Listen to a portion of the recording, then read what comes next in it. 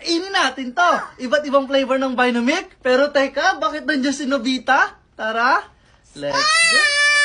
First, yung color pink.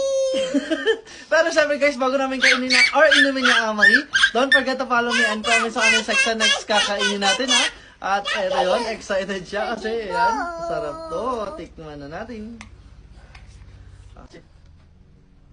Ang lasa? Ha? Ang lasa? Masarap naman ah. Strawberry. Next naman, yung color? Red! Red! At eto yun guys. Ano? Vinomic. Tikman natin. With yogurt siya medyo masarap. Tikman. Sarap. Strawberry. Strawberry din siya guys ha. Pero Ito siya palang palapalas. mas masarap to. Next naman, yung color? Yellow! Wow!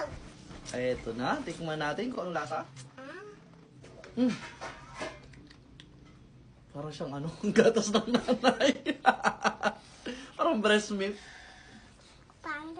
Pangit na sa... Next naman, si Nobita. Hindi naman namin pwede inumin ni Amarian. Pero syempre naghanap kami ng pang-alternative dyan. Itong Nobi. Para siyang putol siya. Pero Nobi yan. Ayan. Nobi with nata de coco. Ang laki ng ano niya. Straw niya. Tikman natin. Laki ng straw. Tikim natin. Ayun. Tikim. Ako. Chocolate flavor siya na may nata de coco. Like, follow, comment, and share! Bye-bye!